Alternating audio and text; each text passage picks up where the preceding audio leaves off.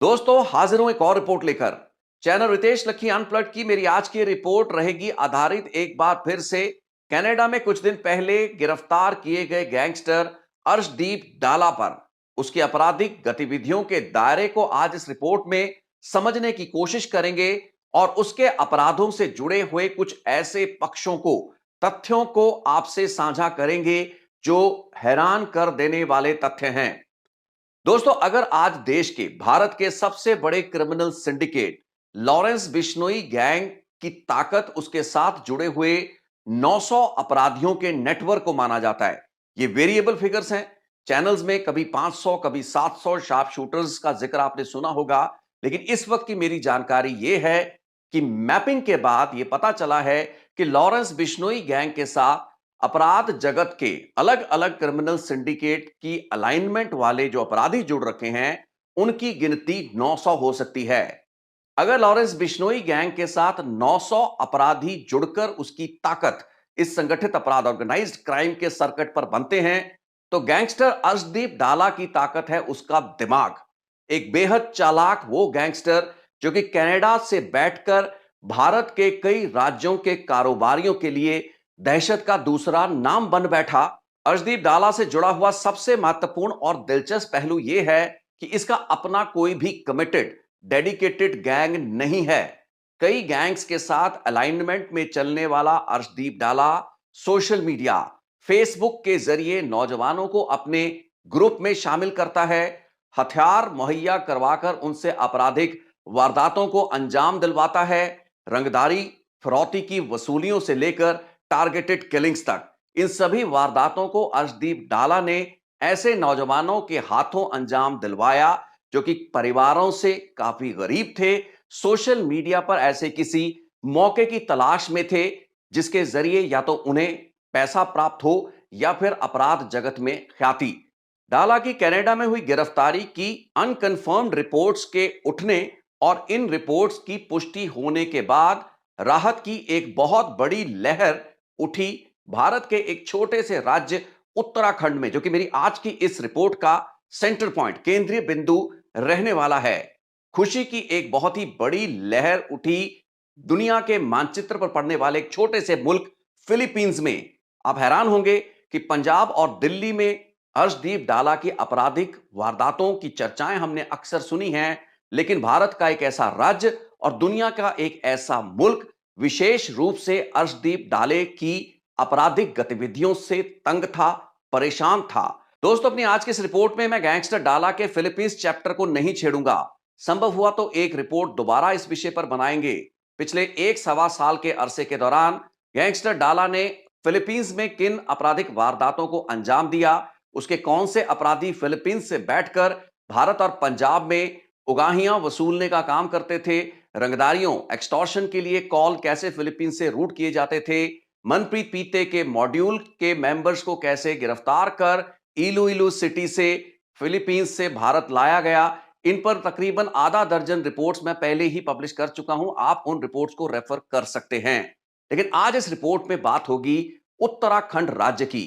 दोस्तों अर्शदीप डाला के अपराध जगत के सफर के नजरिए से उत्तराखंड की उसकी गतिविधियों को एग्जामिन करना इसलिए जरूरी है क्योंकि यही उत्तराखंड वो राज्य है जहां पर करवाया गया एक मर्डर, एक कॉन्ट्रैक्चुअल किलिंग वजह बनी उस उल्टी गिनती की जो कि साल 2023 यानी कि पिछले साल देखी गई गैंगस्टर अर्शदीप डाला के गैंग के तकरीबन 1.5 दर्जन से अधिक क्रिमिनल्स की धरपकड़, जो कि national investigation agency NIA, Delhi police special cell और पंजाब पुलिस द्वारा की गई।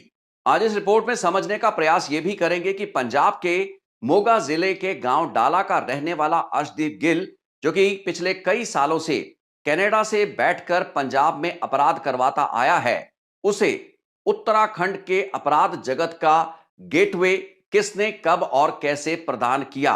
आखिर काशीपुर की वो कॉन्ट्रैक्चुअल किलिंग अर्शदीप डाला के अपराध सफर की उल्टी गिनती कैसे साबित हुई।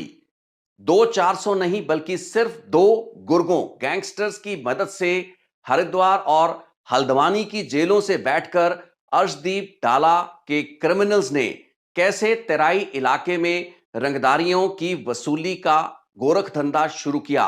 इन सभी पहलुओं पर इस रिपोर्ट में बात होगी, लेकिन इससे पहले मैं एक ताजा घटनाक्रम पर आना चाहूंगा जो कि गैंगस्टर अर्शदीप डाला से ही जुड़ा हुआ है। दोस्तों, मैं अपने इस चैनल पर एक रिपोर्ट बना चुका हूं। 27 अक्टूबर को पंजाब के मानसा जिले में रिलायंस के पेट्रोल पंप पर एक हैंड ग्रेनेड हमला किया गया, जिसकी जिम्मेवारी किसी ने नहीं ली। इस हैंड ग्रेनेड हमले को करने की वजह बताया गया इस पेट्रोल पंप के मालिक से 5 करोड़ की रंगदारी की वसूली। लेकिन हैरानी की बात यह थी कि इस हैंड ग्रेनेड धमाके से पहले ना तो इस कारोबारी से कोई रंगदारी मांगी गई, ना ही उसे कोई धमकी भरा फोन लगाया गया।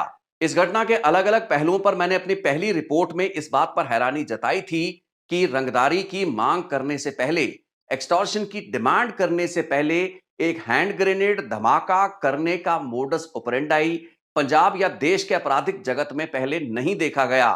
नॉर्थ अमेरिका, कनाडा में मैंने बहुत सी ऐसी घटनाओं को नोटिस किया जहां पर लोगों से एक्सटॉर्शन लेने से पहले या एक्सटॉर्शन थ्रेट कॉल लगाने से पहले उनके घरों और बिजनेसेस के बाहर गोलियां चलाई गई।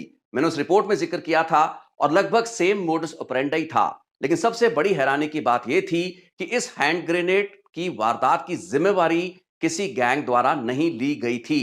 तकरीबन 2 से अधिक हफ्तों तक इस ग्रेनेड ब्लास्ट में कोई बड़ी ब्रेक थ्रू हासिल ना कर पाई पंजाब पुलिस के हाथों एक बड़ी कामयाबी आज से ठीक 3 दिन पहले तब लगी जब काउंटर इंटेलिजेंस विंग और मानसा पुलिस ने शिमला सिंह नाम के उस व्यक्ति को गिरफ्तार कर लिया जिसने जियो के पेट्रोल पंप पर यह हैंड ग्रेनेड फेंका था।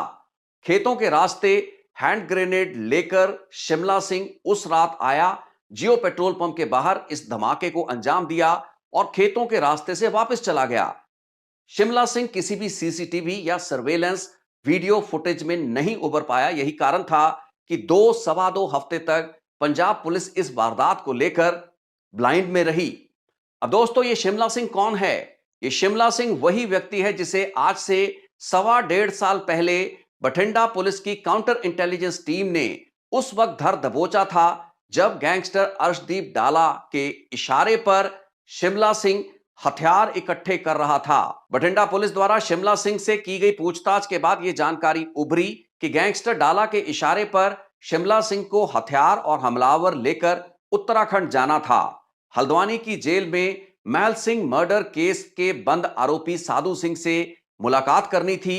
साधु सिंह को उस संभावित काशीपुर के कारोबारी से जुड़ी हुई जानकारी, उसकी रैकी की इंफॉर्मेशन इन लोगों के साथ साझा की जानी थी, जिसके बाद उस वारदात को अंजाम दिलवाया जाना था। रंगदारी की वसूली की नीयत से कोई ऐसी हिंसक वारदात या फिर उस कारोबारी की हत्या। इसके बाद शिमला सिंह की सूचना के आधार पर फतेहाबाद हरियाणा की पुलिस की मदद से गोरा को भी गिरफ्तार कर लिया गया। लेकिन कुछ ही महीने बाद ये लोग जमानतों पर बाहर आए, जिसके बाद एक और बड़ी वारदात को अर्शदीप डाला ने 28 अक्टूबर को ओंटारियो में गिरफ्तार होने से ठीक एक दिन पहले अंजाम दिलवाया। यानी कि वो हैंड ग्रेनेड हमला जो कि जियो पेट्रोल पंप पर किया गया, इस कारोबारी से 5 करोड़ की फिरौती वसूलने की नीयत के साथ, लेकिन जिम्मेवारी इसकी किसी के द्वारा भी नहीं ली गई। सो गैंगस्टर अर्शदीप डाला ही इस वारदात के पीछे भी वो अपराधी निकला। अब दोस्तों, इससे पहले कि हम गैंगस्टर अर्शदीप डाला और उत्तराखंड के असल चैप्टर पर आए, आखिरी पन्ना शिमला सिंह का एक और पलट लें। शिमला सिंह के बारे में यह जानकारी भी उभर कर सामने आई है कि अक्टूबर के महीने में फरीदकोट के गांव हरिनौ में जो वारदात हत्या की अंजाम दिलवाई गई गैंगस्टर अर्शदीप डाला द्वारा, जिसकी जिम्मेवारी उसने कबूली, गुरप्रीत सिंह हरिनौ का मर्डर केस। इन हत्यारों को, शूटर्स को लॉजिस्टिकल मदद मुहैया करवाने वाला व्यक्ति भी शिमला सिंह था। जिस लाल स्प्लेंडर मोटरसाइकिल पर सवार होकर ये हमलावर आए, फरीदकोट के गांव हरिनौ में गुरप्रीत हरिनौ का मर्डर किया और वहां से फरार हो गए। एक महीने बाद मध्य प्रदेश के डबरा में एक और कत्ल की वारदात को अंजाम दिया। उस मोटरसाइकिल को मुहैया भी शिमला सिंह द्वारा ही करवाया गया था। अब दोस्तों, इन दोनों वारदातों यानी कि हरिनौ मर्डर केस और हैंड ग्रेनेड ब्लास्ट के इन मामलों में एक हैरानी की बात यह थी कि दोनों घटनाओं के लिए गैंगस्टर अर्शदीप डाला ने जिम्मेवारी नहीं ली। जब पंजाब पुलिस के डीजीपी ने अर्शदीप डाला की हरिनौ मर्डर केस में भूमिका के बारे में खुलासे किए, उसके बाद अर्श डाला ने जिम्मेवारी ली। पेट्रोल पंप पर हुए इस ग्रेनेड धमाके की जिम्मेवारी आज तक किसी भी संगठन, किसी भी गैंगस्टर ने नहीं ली। पुलिस की जांच में शिमला सिंह की गिरफ्तारी के बाद अर्शदीप डाला ही इस घटना के पीछे का वो मुलजिम है जिसने इस वारदात को अंजाम दिलवाया। अब दोस्तों, इन घटनाओं का जिक्र करना और इस संदर्भ को स्थापित करना अपनी आज की इस रिपोर्ट के मुख्य विषय को समझने के नजरिए से बहुत इंपॉर्टेंट था। यानी कि अर्शदीप डाला की उत्तराखंड के अपराध जगत में एंट्री कैसे हुई, कौन सी घटना वो गेटवे पॉइंट बना जिसके बाद डाला ने उत्तराखंड में बाजपुर, काशीपुर, रुद्रपुर, उधम सिंह नगर, नैनीताल, हरिद्वार इन इलाकों के पंजाबी कारोबारियों और वहां के माइनिंग कॉन्ट्रैक्टर, सुनियारों, इमिग्रेशन कंसल्टेंट से रंगदारियां मांगी, लाखों करोड़ों की वसूली इस इलाके से की। अब इस पूरे घटनाक्रम की शुरुआत अक्टूबर 2022 में काशीपुर में हुए महल सिंह हत्याकांड से होती है। एक बहुत ही सनसनीखेज वारदात थी जिसकी जिम्मेवारी अर्श डाला ने ली। इस हत्या को अर्श डाला ने ही अंजाम दिलवाया। पूरी लॉजिस्टिकल प्लानिंग, इस वारदात को मास्टरमाइंड अर्शदीप डाला ने किया सुक्खा दुनेके के बिहाफ पे। अब काशीपुर के महल सिंह का कत्ल करवाने की वजह सुक्खा दुनेके के पास क्या थी, इस बैकग्राउंड को समझना बहुत ही जरूरी है। सुक्खा दुनेके जो कि पंजाब का एक गैंगस्टर था, कई साल पहले कनाडा निकल पाने में वो कामयाब रहा। कनाडा में शुरुआती कुछ सालों में सुक्खा दुनेके को संभाला, उसे पनाह दी हरजीत काला नाम के एक ऐसे व्यक्ति ने जो कि काशीपुर उत्तराखंड का ही रहने वाला था और पिछले कई सालों से कनाडा में वो बेस्ड है। हरजीत काला का झगड़ा काशीपुर में रहने वाले उसके भाई के साथ था। इन दोनों भाइयों की जायदाद को लेकर और कई और कारणों से आपस में नहीं बनती थी, लेकिन हरजीत काला का भाई जुड़ा था महल सिंह के साथ। क्योंकि महल सिंह एक रसूखदार व्यक्ति था, उसका प्रशासन और पुलिस में प्रभाव था, तो हरजीत काला को हर वक्त महल सिंह एक अड़चन लग रहा था। माना यह जाता है कि हरजीत काला ने सुक्खा दुनेके पर दबाव बनाया। सुक्खा दुनेके को अपने पास रखने, पनाह देने के पीछे का एक बहुत बड़ा मुफाद हरजीत काला का यह था कि वो किसी ना किसी दिन महल सिंह या उसके बेटे का कत्ल करवाए। अब बताया और माना यह जाता है कि सुक्खा दुनेके ने महल सिंह को निशाना बनाने की नीयत से अपने क्रिमिनल सिंडिकेट, क्योंकि सुक्खा दुनेके का एक बहुत ही लंबा चौड़ा क्रिमिनल नेटवर्क था, उस क्रिमिनल नेटवर्क के कुछ कुख्यात गैंगस्टर्स को उत्तराखंड भेजा। फतेह नागरी और संदीप भाला बठिंडा नाम के दो गैंगस्टर इन 3 या 4 गैंगस्टर में शामिल थे जिन्हें उत्तराखंड में गिरफ्तार कर लिया जाता है। अब यह चीज उभर कर सामने नहीं आई कि सुक्खा दुनेके के इशारे पर ये लोग महल सिंह या पॉसिबली उसके बेटे को टारगेट करना चाहते थे।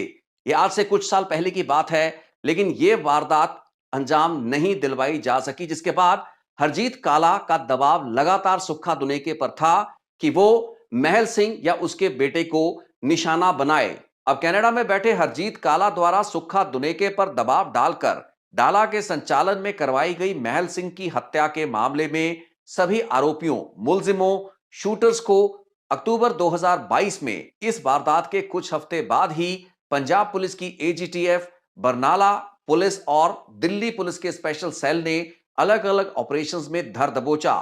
साधु सिंह, मनप्रीत चूची, जगदीश दीशा और एक और व्यक्ति को गिरफ्तार कर लिया गया। बाद में इन्हें उत्तराखंड की हल्द्वानी जेल में बंद किया गया। अब दोस्तों, यहां से एक नया चैप्टर शुरू हुआ, यानी कि उत्तराखंड तराई के इलाके में अर्श डाला की रंगदारियों की वसूली की दुकान का खुलना। इस वक्त तक अर्श डाला ने जो कुछ भी किया था वो सुक्खा दुनेके के दबाव, निर्देशन या फिर हरजीत काला के मुफाद के मुताबिक किया था। लेकिन जब साधु सिंह और मनप्रीत चूची हल्द्वानी की जेल में बंद हुए, अर्श डाला ने कम से कम इनमें से एक शूटर मनप्रीत चूची के साथ अपना राब्ता नहीं तोड़ा। यही वजह थी कि बाद में चूची और साधु सिंह की जेलों की भी अदला बदली की गई। इनफैक्ट मोबाइल फोन जो कि मनप्रीत चूची से शायद हल्द्वानी की जेल में बरामद किया गया, उसमें पता यह चला कि अर्श डाला कनाडा से बैठकर फेसबुक पर मनप्रीत चूची के साथ लगातार इन टच था। अब उत्तराखंड की जेलों में जो हो रहा था, होने लगा, जेलों से जो होने लगा, वो सबको चौंका देने वाला था, हैरान कर देने वाला था, जिसका पता कई महीने बाद पता लगा। महल सिंह मर्डर केस में जेल में बंद इन दो हमलावरों साधु सिंह और मनप्रीत चूची में से एक मनप्रीत चूची ने अर्शदीप डाला का संपर्क करवा दिया था ऐसे कुछ आपराधिक तत्वों के साथ जिन्होंने तेराई इलाके उत्तराखंड के इस इलाके के कारोबारियों इस इलाके के व्यापारियों की सूचनाएं उनके कॉन्टैक्ट नंबर अर्श डाला को मुहैया करवाए जिसने कनाडा से बैठकर रंगदारियां वसूलने के लिए एक्सटॉर्शन करने के लिए इन कारोबारियों को कॉल करने शुरू कर दिए। इनमें से बहुत से माइनिंग के कॉन्ट्रैक्टर थे, कुछ सुनियारे थे, कुछ इमिग्रेशन कंसल्टेंट थे। हुए महल सिंह के मर्डर के बाद इस इलाके में अर्शदीप डाला के नाम की चर्चा खौफ बन चुका था। यही कारण था कि बहुत से कारोबारियों ने अंदर खाते लाखों लाखों रुपए की रंगदारियां अर्श डाले को देना शुरू कर दी। आने वाले कुछ महीनों तक ये पूरा का पूरा सिलसिला चला, लेकिन इस वक्त तक अर्श डाला और उसके आपराधिक नेटवर्क के लोग दिल्ली पुलिस के स्पेशल सेल एनआईए के रडार पर आ चुके थे। दोस्तों, नौबत यहां तक आई कि उत्तराखंड में दिल्ली पुलिस के स्पेशल सेल ने ऐसी विशेष मुलाकातें वहां के कारोबारियों से की। ये किसी कैंप से कम नहीं थे जहां पर कारोबारियों को यह कहा गया कि अर्श डाला को कोई भी रंगदारी नहीं देगा। उत्तरांचल से लेकर दिल्ली पुलिस और देश की सुरक्षा एजेंसियों की तमाम कोशिशों के बावजूद तेराई इलाके के कारोबारियों के अंदर से अर्श डाला का खौफ उस स्तर पर निकाला नहीं जा सका। यही कारण था कि बहुत से कारोबारियों ने डर के मारे लाखों लाखों रुपए की रंगदारियां अर्श डाला को दी। इसके बाद 2023 में NIA, Delhi police, AGTF Punjab ने एक जबरदस्त क्रैकडाउन किया। मेरी अलग रिपोर्ट बन चुकी है। सुखा दुने के विनीपेग में कत्ल कर दिया गया अक्टूबर 2023 में। लेकिन इससे पहले और इसके बाद के कुछ महीनों में सुखा दुने के और अर्श डाला के नेटवर्क के तकरीबन 1.5 दर्जन अपराधियों, इनके क्रिमिनल्स, इनके शूटर्स, जिनमें कई कई सालों के भगौड़े हैरी राजपुरा और हैरी मॉड जैसे शूटर शामिल थे, उनको भी गिरफ्तार कर लिया गया, धर दबोचा गया। साल 2023 के डाला और दुने के गैंग के खिलाफ हुए इस जबरदस्त क्रैकडाउन के अगले पूरे 1 साल तक अर्श डाला की आपराधिक गतिविधियों पर पूरा अंकुश लगा। छोटी मोटी रंगदारी की वसूली की वारदात और धमकी भरी कॉल्स के अलावा कोई बड़ी वारदात नहीं हुई। अक्टूबर 2024 तक, जब पहले हफ्ते फरीदकोट के गुरप्रीत हरिनौ का कत्ल कर दिया गया, जिसके 10 दिन बाद पंजाब पुलिस के डीजीपी ने खुलासा किया कि इस वारदात के पीछे अर्श डाला है। इसके अगले 10 दिन, मैंने अपनी पिछली रिपोर्ट्स में जिक्र किया, अर्श डाला ने दर्जनों की गिनती में रंगदारी की वसूली के लिए उन कॉल्स के सिलसिले को दोबारा शुरू कर दिया जो कि 2023 के अंत तक थम चुका था। कनाडा में अर्श डाला के गिरफ्तार होने की खबर और जानकारी उत्तराखंड, खासकर तेराई इलाके के एक बहुत बड़े तबके के लिए एक बड़ी राहत भरी जानकारी है। लेकिन सबकी नजरें इस वक्त अदालतों पर है और सब ये जानना चाहते हैं कि अगर जमानत पर अर्श डाला बाहर आ जाता है तो क्या उसकी एक्सटॉर्शन रंगदारियों की ये दुकान पहले की तरह चल पाएगी? लोगों को जो राहत इस खबर ने दी है, क्या वो राहत लंबे समय तक बरकरार रह पाएगी? तो दोस्तों, आज की इस रिपोर्ट में इसी संदर्भ और इसी बैकग्राउंड के साथ मैं आपसे इजाजत लेना चाहूंगा। इजाजत लेने का समय है। बहुत बहुत धन्यवाद समय देने के लिए। जल्द ही एक और रिपोर्ट लेकर फिर होगी मुलाकात।